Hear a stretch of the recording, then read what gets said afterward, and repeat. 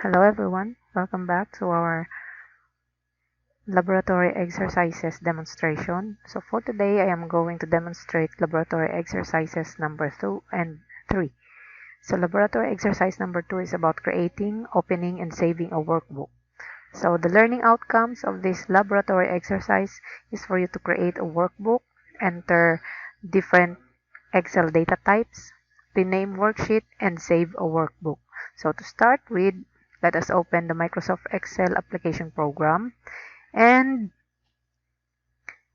I will encode data that is reflected in our book of exercises.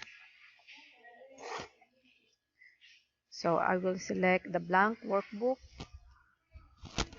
and I will encode the data that is provided in the book of exercise. So A1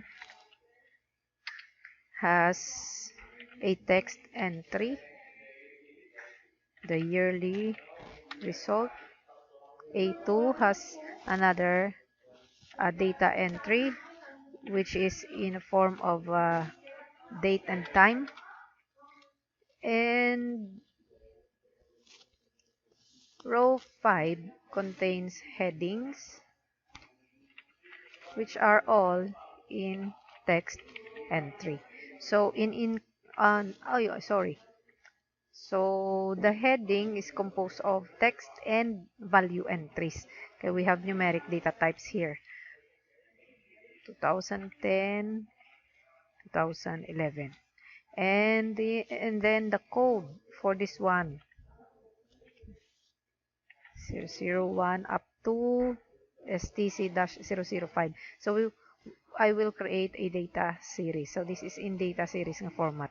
Then the subjects are in text format, while under the 2008 column, 2009 column, these are all in numeric entries. So I will encode first all the data to move on with laboratory exercise number 3.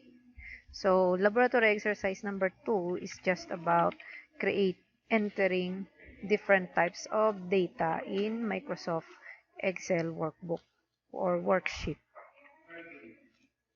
So this is it.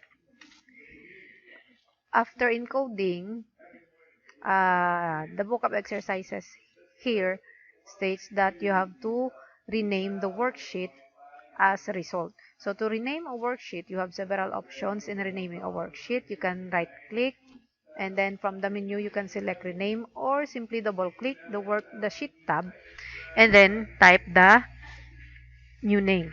So result, and then press enter. Save. So to save, just make sure that, or you select your location where you wanted to save your workbook. So for example, I will save this in the local disk F, and sa Arjan man gyapon nga folder. So this is laboratory. Sorry, the file name here should be comp2 dash your last name. So I will follow what is written on the book of exercise. So masgong with password. So to create a password, click tools, select general options, and then supply your desired password. Retype the password. No need to supply a password to modify. Then click save. This is it. So this is now your laboratory exercise number 2. So moving on with laboratory exercise number 3. Laboratory exercise number 3 is about selecting cell contents with cut, copy, paste, and drag and drop command. So the outcome of this laboratory, you should be able to select cell contents using different methods. Use copy, cut, and paste commands, and move cell contents using drag and drop technique. So, the laboratory exercise number 3 is more on of instructions on what to do with laboratory exercise number 2. So, I will the first instruction here is to open the previous exercise. So, no need to open. Kaya wala naman siya close. Now, proceed with instruction number 2. So, select cells C6 to C7. So, C6 is this one, 85, and C6 to C7. So, 85 and 90. So, this is C6 and C7. So, to select cells, using your mouse, you simply uh, point your mouse pointer within the cell and then drag lang. Mula na siya. Then, copy daw. So, to copy, you can use the copy command button found in the clipboard group of the home tab. So, click lang. Once mabala mo na kung na-copy na siya, in Microsoft Excel, there is a notification, those sort of notification, if that selected cells has been copied or has been cut. Kay may running lines nga naga-display. So, butang balon, that the two cells has been either copied or cut. So, ang gin-select ko yung command is copy. So, i-duplicate ya lang ni. I-paste ta siya sa cell E6. So, this is E6. To paste the command, so, click the paste command button on the clipboard man of your home tab. Or you can use karon mga shortcuts. Say for example, another instruction here is to select cells C7, C8. C7, C8. So this one, 90 and 95. And then hold down control key, selecting cell C10. So butang balon, you are going to select non-continuous nga mga cells. Kay ang i-select 90 and 95 and then this one, the 92. So dapat wala na dala si 88. So to do that, to select non-continuous cells, you have to hold down, select first ang first part sa imong nga selection, and then hold down control key and then select ang remaining nga mga cells nga kinahanglan. And then click copy. I-paste ta siya sa cell E8. So, this is E8. Paste.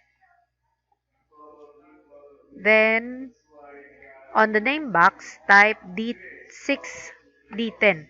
So, if you type here D6 colon D10, this simply means that you are going to select cells D6 to D10. So, kung na-notice ninyo, amo naman ni siya ang naka-select.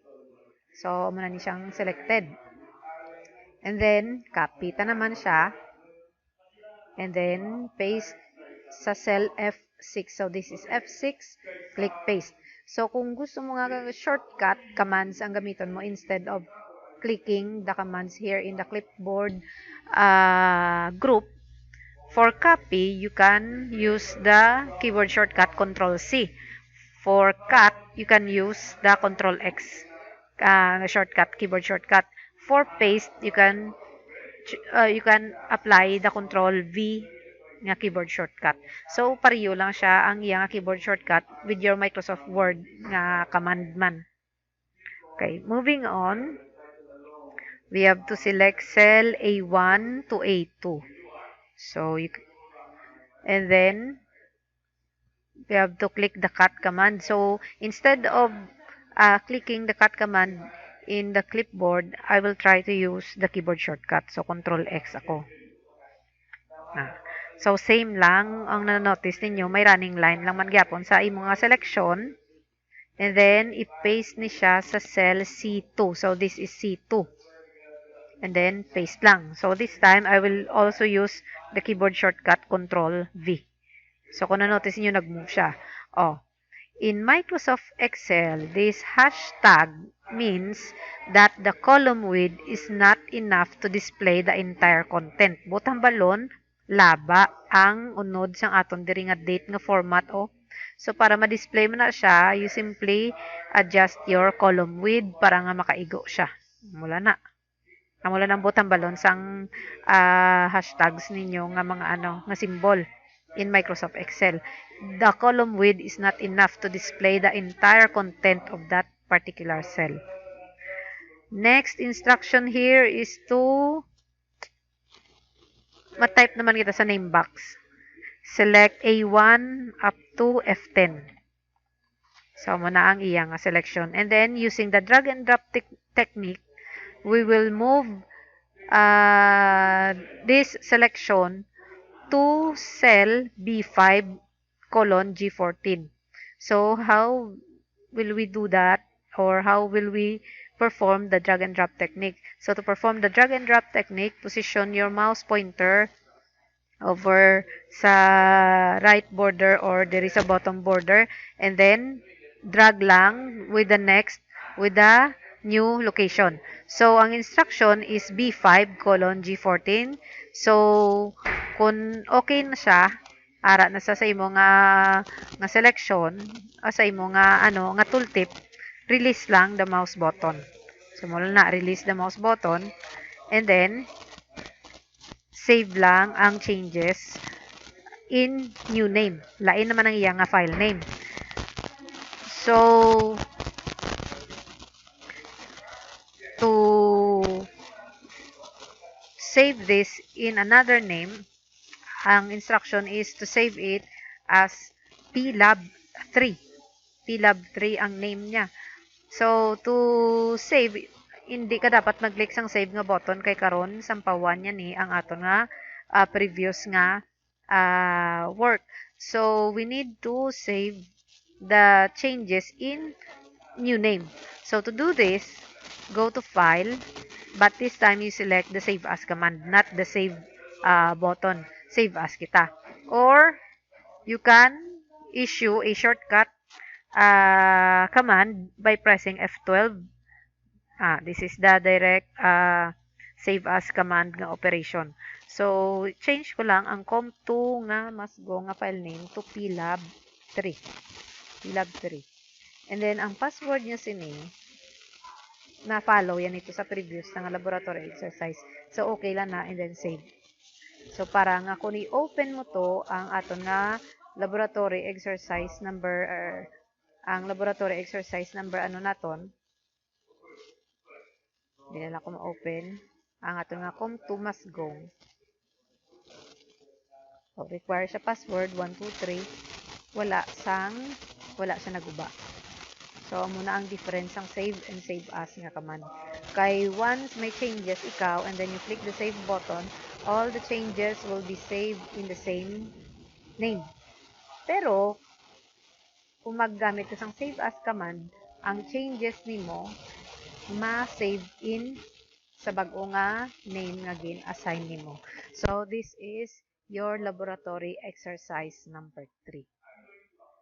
So, wait for laboratory demonstrations for laboratory exercise number 4 and number 5. So, after this, you need to answer the guide questions. And you need to submit it before the prelim exam. Okay, so bye for now.